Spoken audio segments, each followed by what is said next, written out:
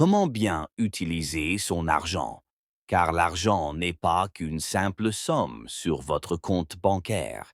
Il est le reflet de vos valeurs, de votre discipline et de votre vision de l'avenir. Et la façon dont vous l'utilisez peut soit vous construire une vie de liberté, d'opportunité et d'impact, soit engendrer stress, limitation et regret. J'ai constaté les deux dans ma vie, dans celle de mes amis, de mes collègues et d'innombrables jeunes qui ont eu du mal à gérer leur richesse. Car si beaucoup rêvent de gagner plus d'argent, rares sont ceux qui comprennent que la façon dont ils utilisent ce qu'ils possèdent compte bien plus que le montant de leurs revenus. Je souhaite vous donner des exemples, des leçons et des histoires pour que vous puissiez comprendre cela en profondeur et commencer à l'appliquer dès aujourd'hui, car plus tôt vous comprendrez le pouvoir de l'argent, plus tôt vous pouvez façonner votre vie, votre famille et même la société qui vous entoure de manière significative. Tout commence par un principe simple. L'argent est un outil, pas une fin, et lorsqu'il est utilisé judicieusement, il multiplie la valeur d'une manière que les chiffres seuls peuvent décrire. Et lorsqu'il est utilisé avec négligence, il disparaît plus vite que la plupart des gens ne le pensent, laissant déception et regret. Et j'ai vu cela à maintes reprises dans ma vie. Je me souviens d'un ami qui a hérité d'une grosse somme d'argent, plus que la plupart des gens ne pourraient jamais rêver. Pourtant, en 5 ans, il a presque tout perdu parce qu'il dépensait sans compter en voitures de luxe, vêtements de marque, fêtes et voyages, pensant que le bonheur vient de la consommation. Mais en réalité, il n'avait aucun plan, aucune discipline, aucune compréhension de comment utiliser l'argent pour se créer une sécurité ou faire fructifier. Et comparer cela avec un humble commerçant que j'ai connu autrefois et qui gagnait très peu. Pourtant, il a économisé avec diligence, investi dans sa petite entreprise, dépensé pour acquérir de nouvelles compétences et aider les autres. Et en 10 ans, il était non seulement financièrement à l'abri, mais aussi respecté, capable de créer des opportunités pour ses employés et d'avoir un impact bien au-delà de ses revenus, prouvant que l'argent est puissant lorsqu'il est utilisé avec sagesse, patience et détermination. Et c'est la première leçon que je veux que vous compreniez. La discipline financière est plus importante que le revenu, car elle transforme de petites sommes en sécurité et en croissance, tandis que la négligence peut réduire une fortune à néant. Imaginez un jeune qui gagne 1 000 $ par mois et qui dépense tout en plaisirs immédiats, restaurants, gadgets et mode. À la fin du mois, il n'a rien économisé, aucun investissement. Et si un imprévu survient, comme une maladie, une perte d'emploi ou une urgence, ils sont totalement démunis. En revanche, s'ils gèrent judicieusement leurs finances, par exemple 500 $ pour les dépenses courantes, 200 $ pour la formation et le développement des compétences, 100 $ pour aider les autres, et 200 $ pour l'épargne ou l'investissement, ils commencent à se construire ou une sécurité à long terme, à se créer des opportunités et à avoir un impact positif, démontrant ainsi la différence entre vivre au jour le jour et se préparer pour toute une vie.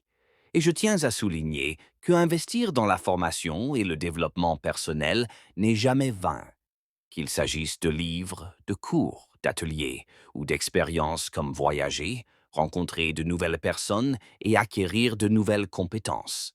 Car ces investissements fructifient au fil du temps, rapportant des connaissances, des réseaux et des opportunités que l'argent à lui seul ne peut acheter.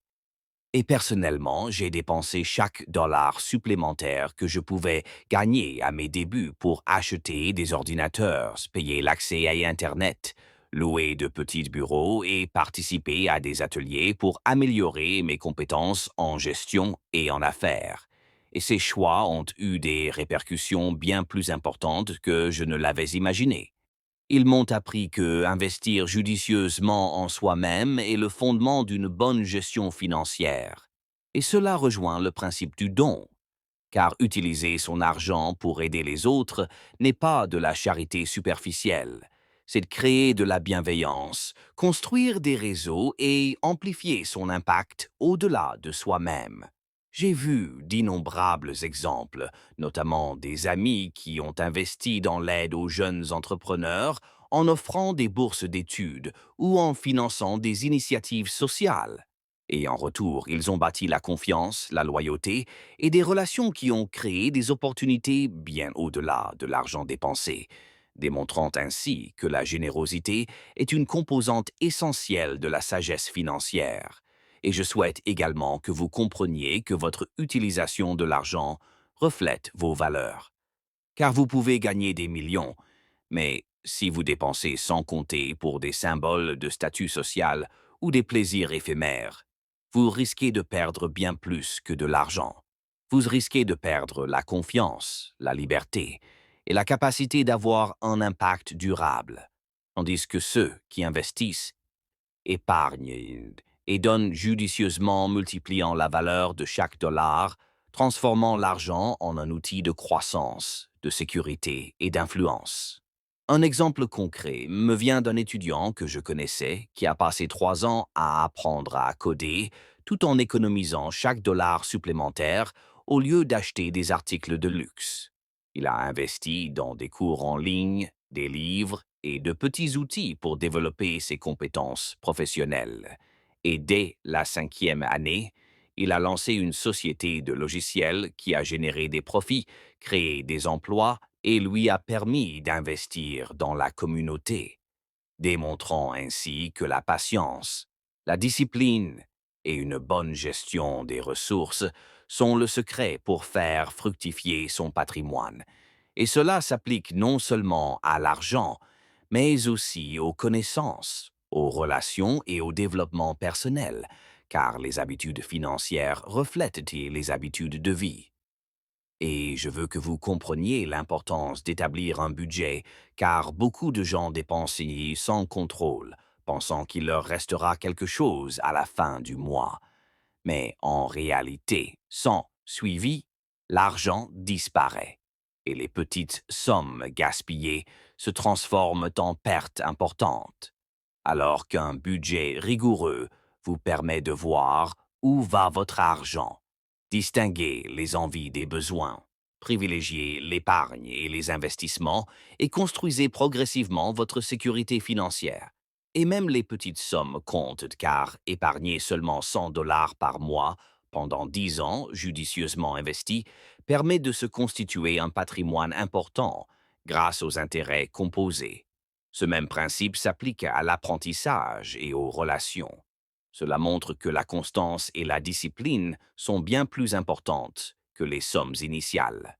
Une autre leçon consiste à éviter les dettes qui ne créent pas de valeur, car utiliser l'argent emprunté pour acheter des symboles de statut social ou des plaisirs éphémères piège les gens dans le stress et les remboursements, tandis que utiliser judicieusement l'endettement pour investir dans l'éducation, les compétences ou les opportunités d'affaires peut accélérer la croissance, mais seulement avec planification, connaissance et discipline.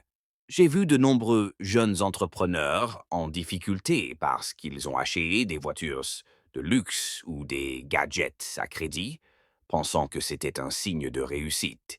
Mais ils se sont retrouvés submergés par les intérêts sans rien obtenir en retour, alors que ceux qui ont utilisé des prêts pour financer leurs études ou développer leur entreprise ont obtenu des rendements bien supérieurs à leurs emprunts, démontrant ainsi que l'utilisation judicieuse des ressources transforme des vies. Je tiens également à vous rappeler le principe d'épargner d'abord et de dépenser ensuite, car beaucoup font l'inverse. Dépenser d'abord en espérant épargner plus tard, et cela ne fonctionne presque jamais.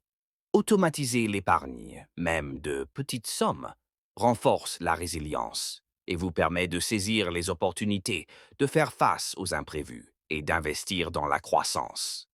Et je peux vous dire, d'après ma propre expérience avec Alibaba, que chaque dollar comptait à nos débuts. De l'achat d'ordinateurs à la location d'espace et une allocation rigoureuse des ressources nous a permis de survivre et de devenir une entreprise mondiale, prouvant ainsi que l'argent doit travailler pour vous et non l'inverse.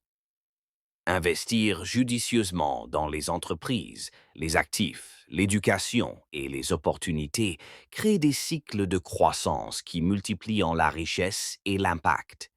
C'est pourquoi se concentrer sur la valeur, le sens et la croissance est plus important que de courir après l'argent aveuglément. Car lorsque vous créez de la valeur, l'argent suit naturellement. Je connaissais une jeune femme, par exemple, qui avait initialement investi dans des placements promettant des rendements immédiats, a perdu ses économies, puis s'est recentrée sur l'apprentissage du marketing, la création d'une petite entreprise et des investissements prudents.